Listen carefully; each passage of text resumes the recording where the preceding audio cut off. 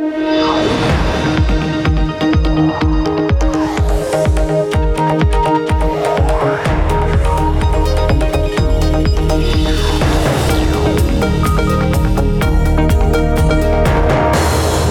Emily Chang, and this is the best of Bloomberg Technology, where we bring you all our top interviews from this week in tech.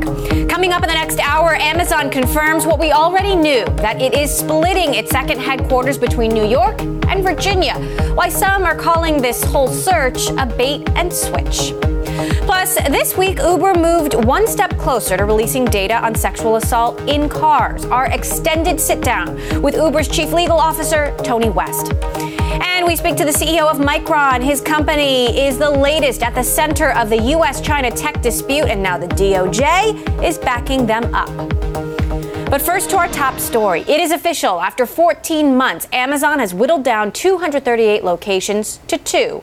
Amazon officially confirmed Tuesday it is opening 2 new headquarters, one in Long Island City, New York, the other in Arlington, Virginia. Plus, Nashville will become the so-called Operations Center of Excellence with more than 5,000 jobs. We caught up with Amazon Senior Vice President Jay Carney and asked about the plans.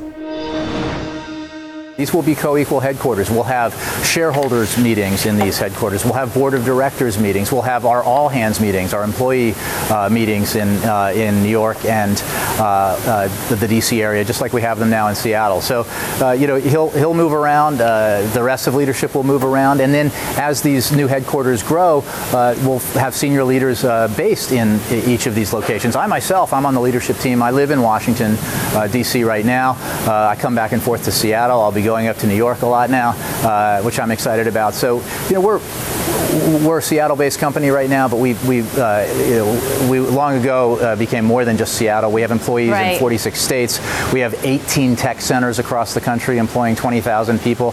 We've invested over $160 billion in the U.S. alone in just the last 7 years.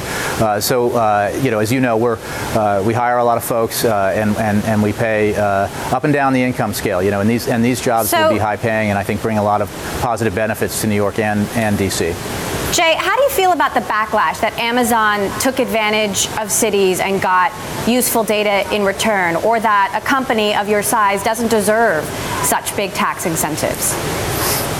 Well, I'd say two things. First, on the question around data. The data we used were based on about 100 different metrics that are all publicly available about education and housing and transportation and the like. This is information that cities readily provide to any potential investor, or that you can find in surveys and other bits of research if you're looking to invest. And that process helped us make our decision, and it should help other companies as they look to invest make decisions. One of the things that we learned through this process is that there are some great places that may not have been the right place for us to create 50,000 or 25,000 jobs, but great cities across the United States and North America that are very appealing places for tech investment. We, even in this process, have announced over 6,000 jobs in cities that were competing, that were in among the 20 finalists, but weren't selected for HQ2. Cities like Vancouver in Canada, San Diego in California, and Birmingham in Alabama. So, we think that this process has been positive for us, obviously, but also for the cities that were chosen and the cities that weren't. One thing that's unique about this is that we're planning in advance for this growth. Instead of growing organically like we did in Seattle, Amazon started in a garage, and now we have more than 45,000 employees here. We are working ahead of time with New York, with Virginia, to make sure that this growth has a positive effect on those communities. That was Amazon Senior Vice President Jay Carney there. Now to talk more about Amazon's decision to split its second headquarters in 2 between New York and Virginia, I want to bring in Open Markets Institute Executive Director Barry Lin, who joins us from Washington, also with us in New York. Bloomberg Opinions, Shira Ovide. Shira, I'll start with you. Now that the suspense is over, who do you think the real winners are here? Well, I think Amazon is a big winner, right? That they made this selection process highly public. And so it generated kind of a year of free publicity, both nationally and in each of these cities in which Amazon was, or in each of these cities that was vying for the location of HQ2, places like Birmingham and Calgary, Alberta, and places like that. So I think Amazon is probably the biggest winner here. Now, Barry, I know you're a skeptic about this. I mean, do you think that Amazon took advantage of cities in this process? Oh, absolutely. There's no doubt about it. I mean, as we were just talking about, Amazon got an immense amount of data from cities all across this country. And it's not just publicly available data. This is the data about what kind of deals will these tax deals, tax breaks, subsidies, will these administrations put forth in order to lure in investment by Amazon. So that's a lot of this information was entirely secret. It's available to no other company. And in terms, so Amazon is, as was just mentioned, was a huge winner in this. And this is it's a general problem across the country in terms of how we treat large companies. Well, Shira, what did you think of Jay Carney's response to that? I mean, as a company this big that is creating this many jobs, shouldn't they be getting these tax breaks? And if the data is available to all, couldn't it be useful? Well, I think Barry's point is right that Amazon was in rooms and secret negotiations with municipal economic development authorities, so it does have a good sense now of what those cities and states are willing to offer Amazon. And remember, this is a company that has 600,000 plus employees. It operates warehouses and data centers and other facilities in just about every state in the U.S. and also around the world. And so it needs to have information to figure out what are the best places to put our growing demand for warehouses and white-collar offices and data centers and places like that. So, Jay Carney is right, but also it doesn't tell you the whole story about what Amazon got out of this process. So, Barry, looking out, this is, Amazon has said this process is going to take 2 decades. 2 decades from now, how do you think this will change Arlington, Virginia, and Long Island City? Well, I think the issue is how it changes these places today. I mean, what it reveals is that officials in Long Island City and New York City and in Virginia, both at the local and the state level, are willing to give away a whole lot for not that much. I mean, we have to remember that they were originally promised the whole deal. They were promised the whole headquarters, the whole second headquarters, the whole HQ too. And in each case, they got at best half of it, and actually it looks like it's going to be less than half of it given some of these other investments that have been revealed. So what we see, if you're a taxpayer, if you're a citizen in New York City, if you're a citizen in Northern Virginia, you just say, hey, what did my officials, what did my mayor and my governor just give away? Because it's like these subsidies, these tax breaks, that's my money. At the same time, Shira, you have Google talking about expanding its presence in New York, but not getting all of this fanfare. Is that fair? Yeah, and interesting, I think Google also said that it hasn't applied for some of the tax subsidies that Amazon maybe has gotten, although Google is mostly in Manhattan and Amazon's coming to Queens, so there's a little bit of a difference there. But look, just to be a little bit fair to Amazon, right, economic development is a little bit of a controversial process, right, particularly this idea of giving tax breaks to already affluent companies like Amazon for high-paying jobs that are good for a city, but that also have the potential to make income inequality even worse in expensive cities like the Washington, D.C. area and New York City. So it's always kind of a give and take of benefits and drawbacks when you are luring high-profile employers like Amazon to a place that has a large workforce but also a high cost base. That was Barry Lin, Open Markets Institute Executive Director, and Bloomberg Tech's Shira Ovide. Coming up, Uber's new 53-page report on sexual harassment, misconduct, and assault. We'll speak with Uber Chief Legal Officer Tony West next. And if you like Bloomberg News, check us out on the radio. Listen on the Bloomberg app, Bloomberg.com, and in the U.S. on Sirius XM. This is Bloomberg.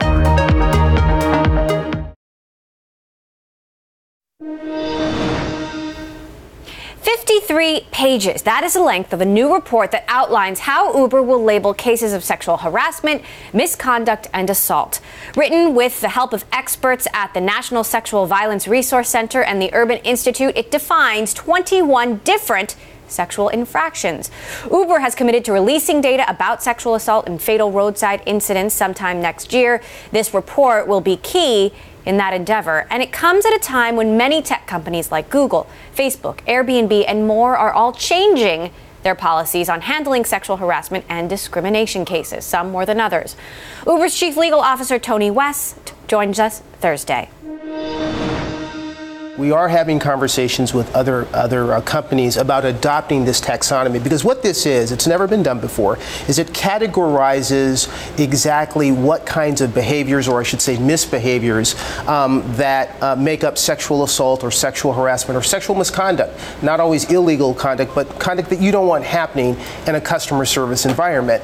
And what's great about it, even though it was developed with the Uber platform in mind, it can be used by any company that pulls two or more people together in the real world in a customer service environment. Now, the question is, I wonder, how do you balance your instincts as a former DOJ attorney when there are trends in the legal profession to enable companies rather than resist them? I mean, sexual assault, for example, it's believed that the incidents that are actually reported are highly underestimated, that there are far more than are actually reported. So is this really good for Uber's business? Well, it's very good for Uber's business, but much more important than that, it is the right thing to do. It is good for all of us. We've always believed that if you enhance the safety of the platform for women, you'll make it safer for everyone. And what this effort does is it takes us closer to that goal of having a safer platform. I understand why some people might be reluctant. I mean, look, obviously the chief legal officer is usually the guy in the room who's saying, take less risk, not more. But the reason this makes sense for us is we have a paramount duty to our shareholders, no question, but we also have a duty to our stakeholders. Those are the millions of driver partners, riders who use the platform every day. We have to do right by them, and this is a step toward making the platform sustainable and safer in the long term. Now, months before Google ended forced arbitration in sexual harassment cases, Uber did it. Uber's also done it for riders and drivers. Airbnb is taking that a step further and eliminating it for discrimination cases. Microsoft allows class action around sexual harassment. Why not go that far if there's an argument to be made that in getting these things out into the open more quickly, you address more systemic problems? Well, I'm certainly proud of Uber's leadership position on this issue, and I have to applaud Airbnb and Facebook and Google for following suit here. And we think that the fact that the bar is being raised for everybody is a really good thing. I mean, it's a great thing, right, when you have companies competing with one another to raise the bar on an issue like this. When we took the step to announce the end of mandatory arbitration for individual claims of sexual assault, sexual harassment, we did so with safety primarily in mind, and that's really what drove that decision. I did say at the time, though, that this is a first step. It doesn't mean it is the only step, and so these are active conversations that we continue to have. So you're considering the discrimination provision? Definitely that is one of many things that we are actually considering. I should say that, there's nothing wrong with arbitration. Arbitration is an appropriate tool that is used by businesses every day in a very appropriate way. What we determined is that its use when it came to sexual assault and sexual harassment was inappropriate because it stripped agency and control from the survivor, even more, even continuing to do, unfortunately, what the original act can do in terms of stripping away that control. And so it's not really an appropriate tool there. You want to give the survivor choice. And I think as we look at whether or not arbitration is an appropriate tool for other types of claims, I think that's the kind of frame that we will approach it with.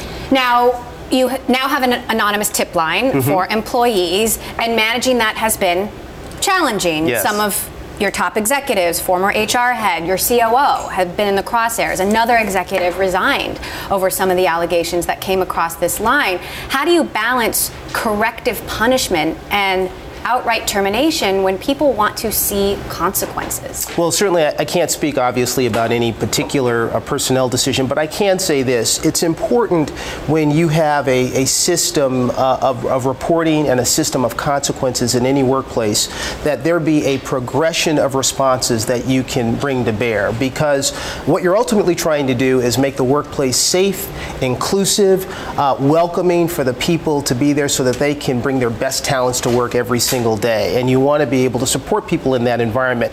And if you can create that environment by giving someone coaching, or by changing someone's assignment so they're not in the same environment, or doing whatever and sometimes you may have to terminate someone. That's an appropriate response in some situations.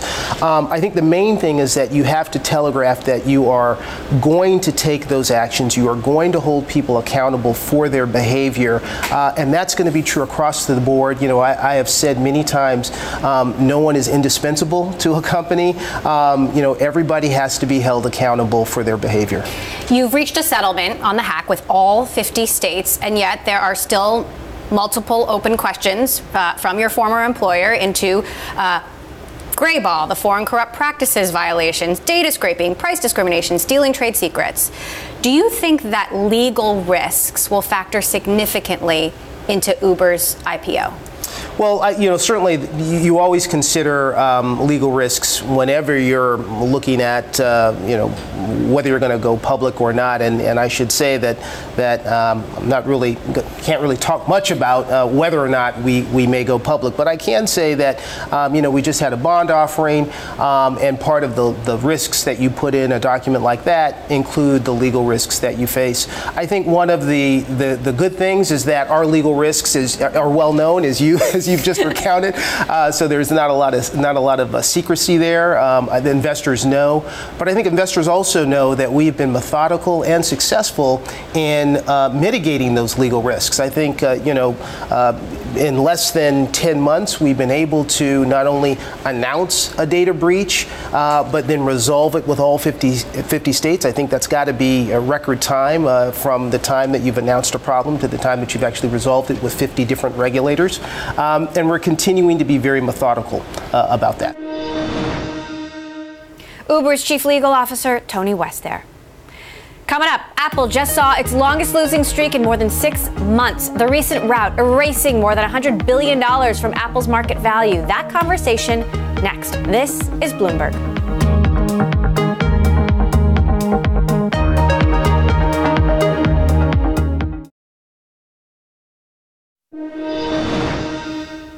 The bad news just keeps piling on to Apple. At least 4 of its key suppliers for iPhone components have now reduced revenue estimates for the current quarter. The latest was Swiss company AMS, which makes light sensors for smartphones. That's amped up concerns about weak demand for iPhones. Apple shares are now headed for their longest losing streak in more than 6 months. On Thursday, Loop Ventures co-founder Gene Munster weighed in. Surprisingly, it's not alarming, and I want to put into some context, some historical context, is that the supply chain, when there's early feedback, this is still early in the quarter, these tend not to be good indicators. And the reason is that Apple already gave their guidance on November 1st, so 2 weeks after we're hearing these supply chain cuts. It's not alarming because what we're hearing from these 4 suppliers that you mentioned, those comments are already reflected in Apple's guidance for the December quarter. So this should not be anything new. And my history on trying to figure out the supply chain data points is that this is clearly more of an art than a science. And one thing that's important to know is every year going into a cycle, Apple tells their suppliers they need to produce more than they actually will have orders for. And then every year they cut orders going into this period. So this is nothing new, Emily. Shares have come back a bit, but in general, how confident are you that the latest lineup of iPhones has been a hit? Or is that not the question to be asking anymore as they transition to a services company? I'm in the camp that that's the right question to ask is, can they grow the base of iPhones in the low single digits? And I think that they're still on track to do that. I suspect that over the next 12 months, they'll probably increase the base by about 3%. It's not about a big hit iPhone. It's about maintaining the base and finding ways to grow from that. One way they can grow from that is by increasing ASPs, which we've seen over the past year, and that will continue over the next year. Another way is by selling services. And So I think that that's the broader, bigger question. And I suspect that the street is slowly, it will take a year plus, adopt this view that the overall Apple business operates like a service. The hardware included has some predictability that historically hardware companies did not have, but Apple's iPhone business over the years will start to yield a more predictable trajectory. So looking at the stock chart here, you can see the slide since, around when the new iPhones were unveiled. We know this is a company that has been dependent on iPhone sales. Going forward, do you see a point when services revenue is equal to iPhone revenue? Probably a long time away. It's 15% of revenue right now. In 4 years, we expect it to be 20%. That compares to the iPhone going from, call it, 65% of revenue down to 60. So there's still going to be a big gap there, Emily. I think ultimately is, though, this idea, the real emphasis here is this, is that just to conceptualize that the hardware business is operating like a software services type of a business. And I think that's the real inflection opportunity around the stock, and I think that can pave the way that this is, we're going to look back and this is be considered a buying window for long-term investors. They're now well off that $1 trillion market cap milestone that they recently passed. Do you think investors aren't getting it?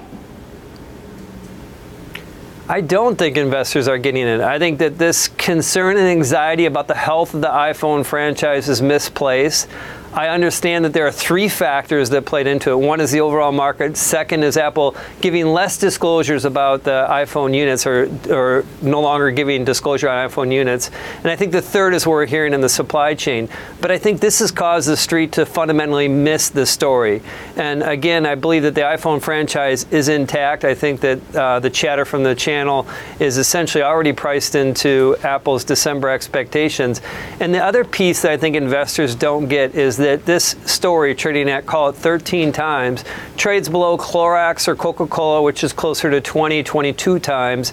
And I think that at a minimum, it should be on par with those two type of consumer staple companies, because in fact, that's what Apple has become, as a consumer staples company. What about globally? We know in India, for example, that Apple has sort of failed to break into that market in any significant way. In China, there's concern about these trade tensions, and the iPhone is just so much more expensive than many other phones out there now. That we're talking $50 phones. Are you concerned that Apple won't be able to keep up with the global competition, or is the iPhone always going to be the most sort of desirable and aspirational phone out there? I think that Apple's going to continue to be that leading edge. I think that, call it 20% of the population is going to want to pay up for a better experience. As you said, a lot of people can't afford this. India and China are two different stories. On the China story, I still am confident that despite the availability of, as you talked about, $50 alternatives, a much different competitive environment than really any other market that Apple competes in. Despite that more difficult competitive environment, I think just the sheer size of the opportunity in China still renders this an incremental positive for the Apple story in the years to come. There's just a lot of people who do make a lot of money in China who can afford these more expensive iPhones. India is a different story. This has been needling at Apple for a long time, and I still don't see the path where Apple is going to get meaningful traction in India. They just simply don't have the brand in India that they have in the rest of the world. Loop Ventures co-founder Gene Munster. Still ahead, could Facebook itself be the one now threatening democracy? We will discuss a bombshell New York Times report out this week next. And Bloomberg Tech is live streaming on Twitter. Check us out at Technology, and be sure to follow our global breaking news network, TikTok, on Twitter. This is Bloomberg.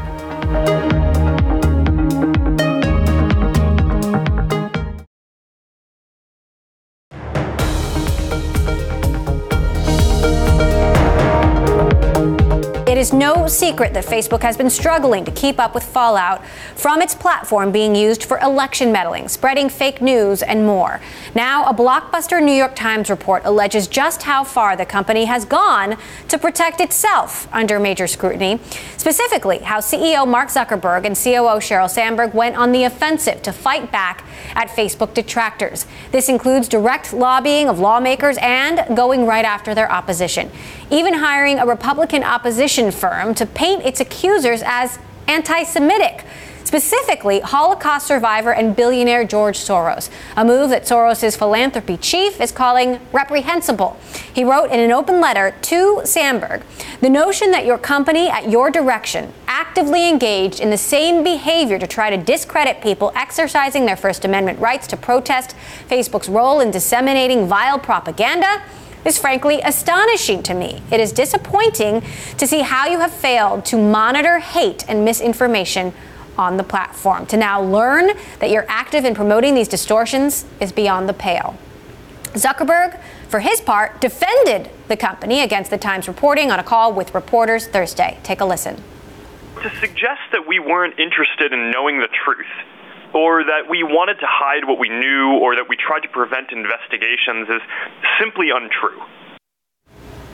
He added that Facebook will form a new independent body to review content decisions. Here to discuss, who else but Bloomberg's Sarah Friar, who covers Facebook, and Techonomy founder, and our Bloomberg contributor, David Kirkpatrick. So both of you were listening in on this call. Zuckerberg really seemed to be on the back foot here. Reporters were firing questions at him. Who's getting fired? Who's getting fired as a result of this? Sarah, walk us through what Zuckerberg had to say.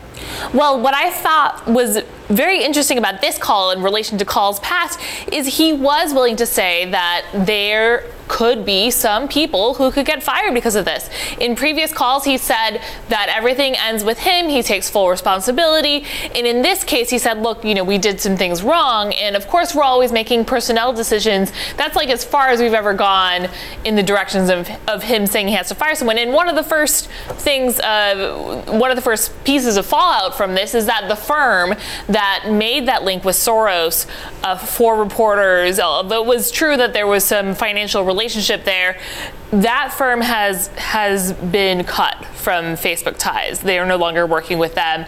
Zuckerberg said on the call that he did not know about the Definers relationship and he was not informed about the way that the company was using them. This firm, the Definers, as it is called, it's interesting that he admitted on the call that he didn't know anything about it. He learned about it in the New York Times piece. I want you to take a listen to what he had to say about personnel, because I do think it's worth hearing exactly what he had to say. Take a listen.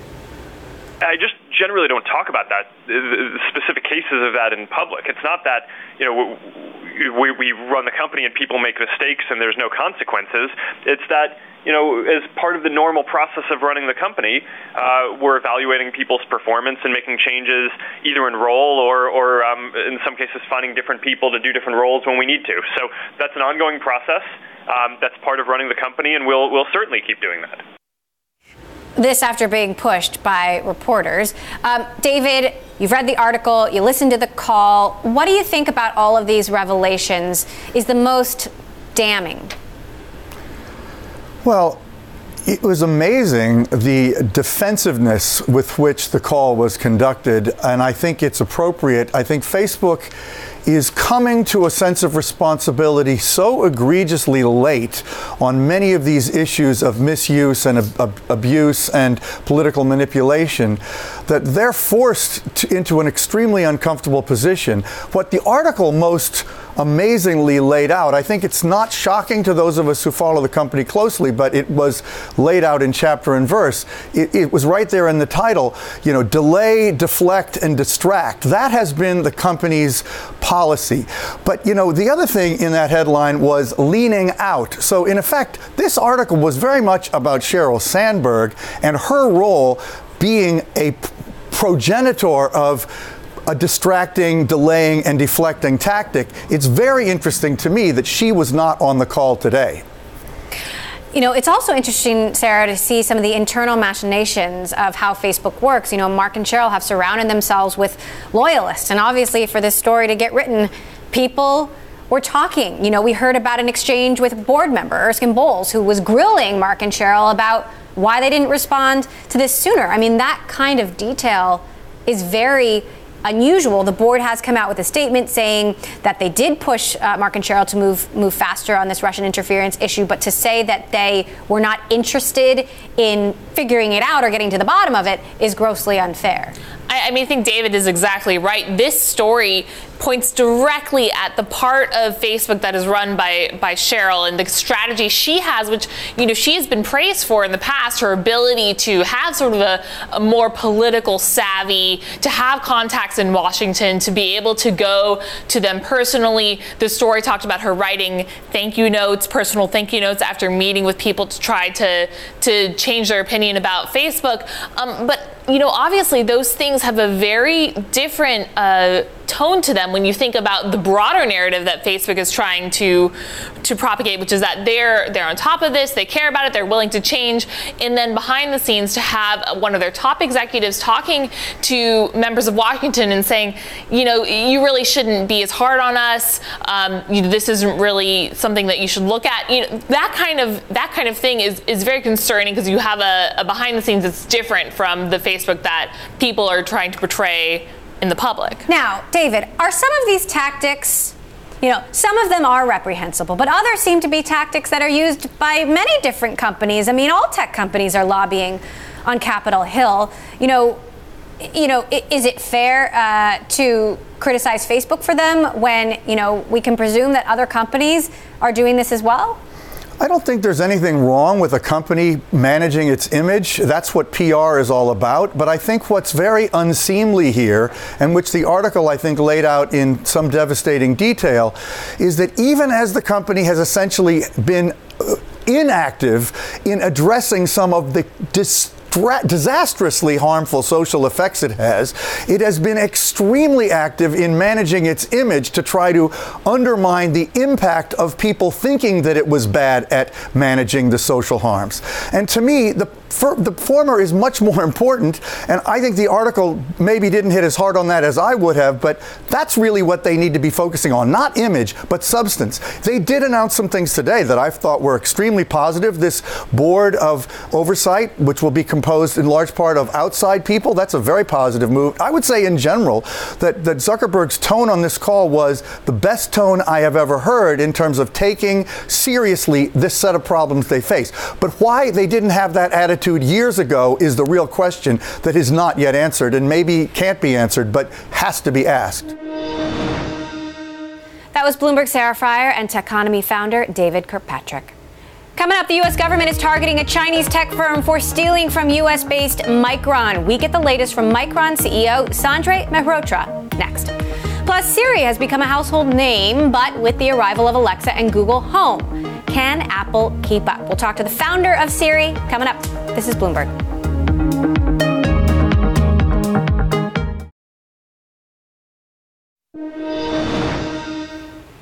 First, the U.S. government took aim at ZTE, violating sanctions, and nearly put the Chinese telecom giant out of business. Now it's after a Chinese chip manufacturer accused of stealing tech secrets from an American chip maker, Micron. Monday, we caught up with the CEO of Micron, Sanjay Mehrotra, from the Techonomy conference in Half Moon Bay. Well, I think it's very important that intellectual property of companies is protected in all geographies across the world because a company like Micron, we just turned 40, and over 40 years we have invested billions of dollars into developing new technologies that are truly the heart of all the applications that are in the technology industry today. We make memory and storage that is absolutely critical for all technology applications of the future. So it's very important to protect our intellectual property. Do you worry that the move by the DOJ risks ratcheting up the tension with China, given that China is your largest market? China is a large market for us. We are very well engaged with the customers in China who very much appreciate the innovation capability that Micron is able to bring to them. We engage with these customers for all their applications, whether they are data center related or they are your mobile smartphones or related to various consumer or industrial applications. So China is an important market. Our customers value the technology and the products that we bring to them. Just note that we are one of the 3 companies in the world that provide memory and storage solutions. So our customers rely on us to bring advanced technology and solutions to them. We rely on them in terms of working closely with them to understand their requirements for the future, and we are very well engaged with the ecosystem of customers in China. And Micron, of course, also has some manufacturing in China as well as R&D. So we are an important partner to China. All we want to make sure is intellectual property is protected, and there is fair level playing field in the country. So as you mentioned, you have facilities there, you have employees there. On the other hand, you have the Chinese government accusing you of antitrust. So how do you navigate that situation? Well, we work with them, in terms of addressing any of their concerns. We absolutely openly work with them, and we are continuing to work with all aspects of our technology, our customer engagement, our manufacturing, as well as product development capabilities within China. And Micron is a global company. We are 34,000 team members worldwide, and we are very strong here in the US in terms of our R&D capability, our manufacturing capabilities, as well as designing products, and we are also well spread out throughout the globe. So very well diversified supply chain that the company has, as well as very well diversified footprint of R&D and manufacturing capabilities. Any indication that now that Jeff Sessions is no longer head of the DOJ, that will change the course of action that the U.S. is taking in your case? We appreciate the action taken by the DOJ in terms of protecting the intellectual property and theft of intellectual property by unauthorized companies. I do not expect that drive will change in any way. You've been telling investors that the memory chip market hasn't changed. We're not seeing the mad rush to grab market share anymore. But I'm curious about the evidence that you're seeing, because another one of your executives told a UBS conference that there have been some inventory issues recently. How do we make sure that there's not some big downturn coming? Well, we discussed in our September earnings call that, as is well known, that there are certain CPU shortages as well as certain inventory adjustments. But important thing is that memory and storage are in the very early innings of driving the growth and the experiences that are enabled, whether it is in the autonomous vehicles of the future, which are like data centers on wheels, really needing lot of DRAM and lot of flash, which we manufacture to ultimately truly process all that data that the sensors on the car will generate in order to provide for a safe, comfortable driving experience of the future. Or in the data centers today, in terms of really unleashing new business models, you need machine learning, artificial intelligence needs to process a lot of data. That data resides in the memory and storage solutions Micron makes. That was Micron CEO Sanjay Mehrotra. Sticking with China, Blue Orca Capital's founder Soren Andal says in a new short report that Shanghai-based e-commerce company Pinduoduo is uninvestable after a review of multiple independent data points. Bloomberg spoke to Andal earlier about the firm's short position in Pinduoduo. We're short for 4 reasons. One, we think local filings show that their revenues are overstated and that their net losses are greater than they reveal. 2, we actually think also that their headcount is substantially larger than they tell U.S. investors. 3, we think there's evidence that there's an undisclosed related party, which is secretly bearing some of the staffing costs. And finally, we think their headline GMV is wildly exaggerated. Still ahead, companies like Apple, Google, and Amazon have invested billions in voice assistants, where we will see the tech integrated next. This is Bloomberg.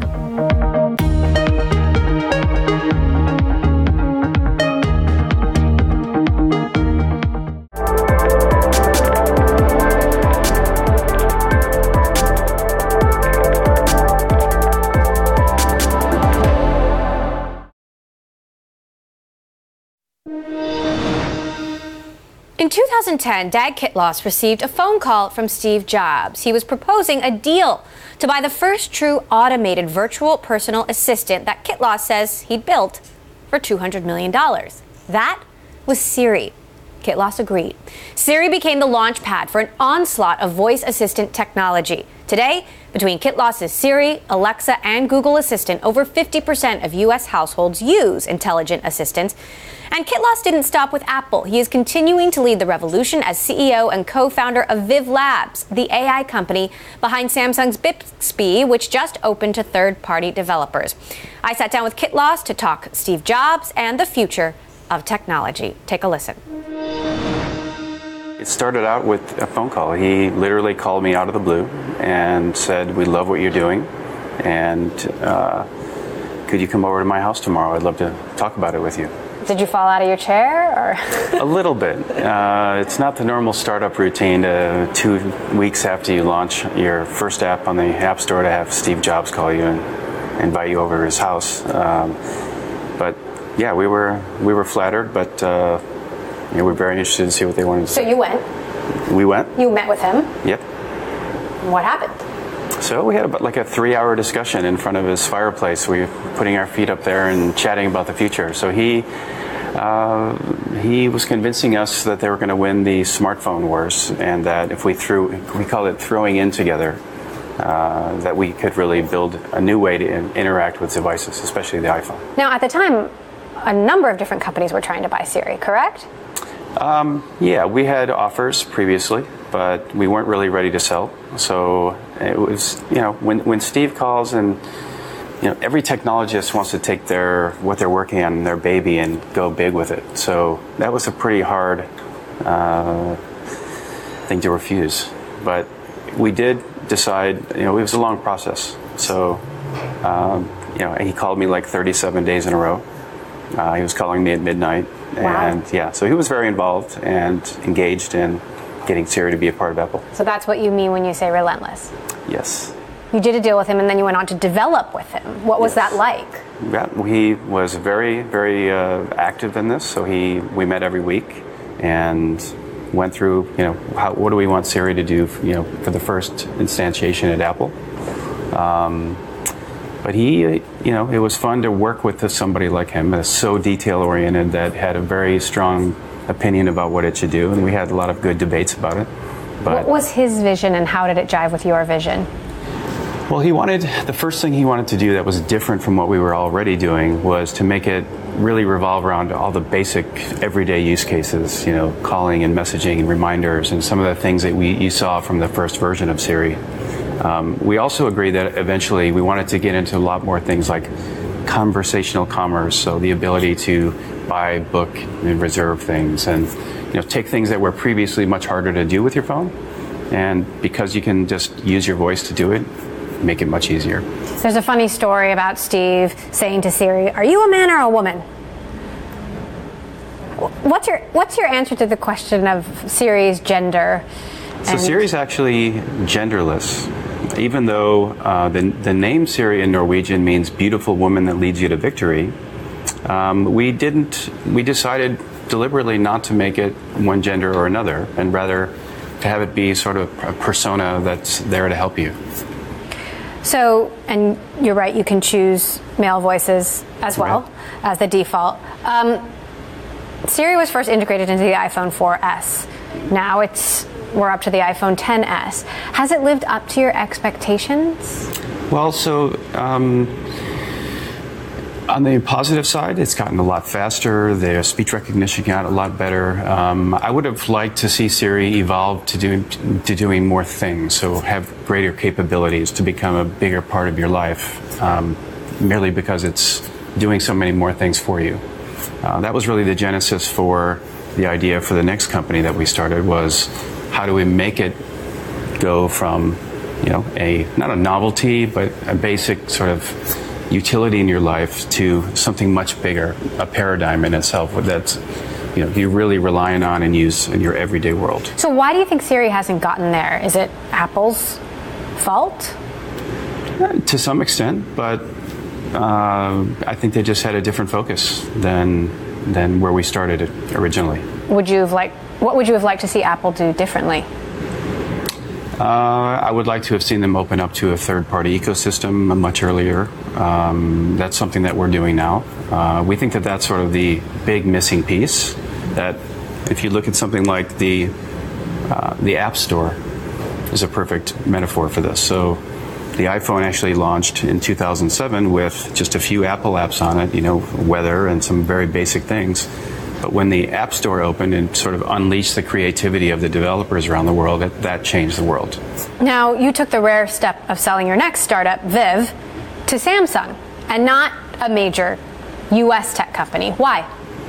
So one of the big focus for us in the Viv world was ubiquity.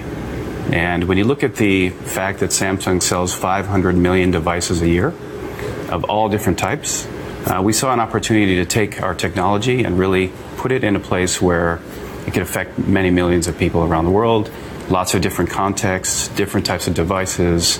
Just the sheer scale that Samsung has is just an ideal platform. You just reintroduced Bixby, Samsung's AI voice assistant, to Samsung's developers. What makes you think that Bixby can compete with Apple and Amazon and Google at this point? Well, so one of the points I made at the talk yesterday was that people don't remember this, but Google was actually the 14th search engine to enter the market. So I think we're still in a chapter 1 or not barely even reading the introduction to this story. So I don't believe that there's a timing issue here. What we want to do is really gain momentum and get the world of developers in sort of an app store-like way, but bring that to AI. And when you have 1,000 things that you can do with an assistant, it becomes a much more important part of your day. So when it comes to assistants, do you think we'll end up relying on just one or two, as with Google, just one? Or do you see us using many assistants in the future? I think that ultimately it's going to boil down to a few, but I think you'll see minor assistants that will specialize in some things be a part of that game.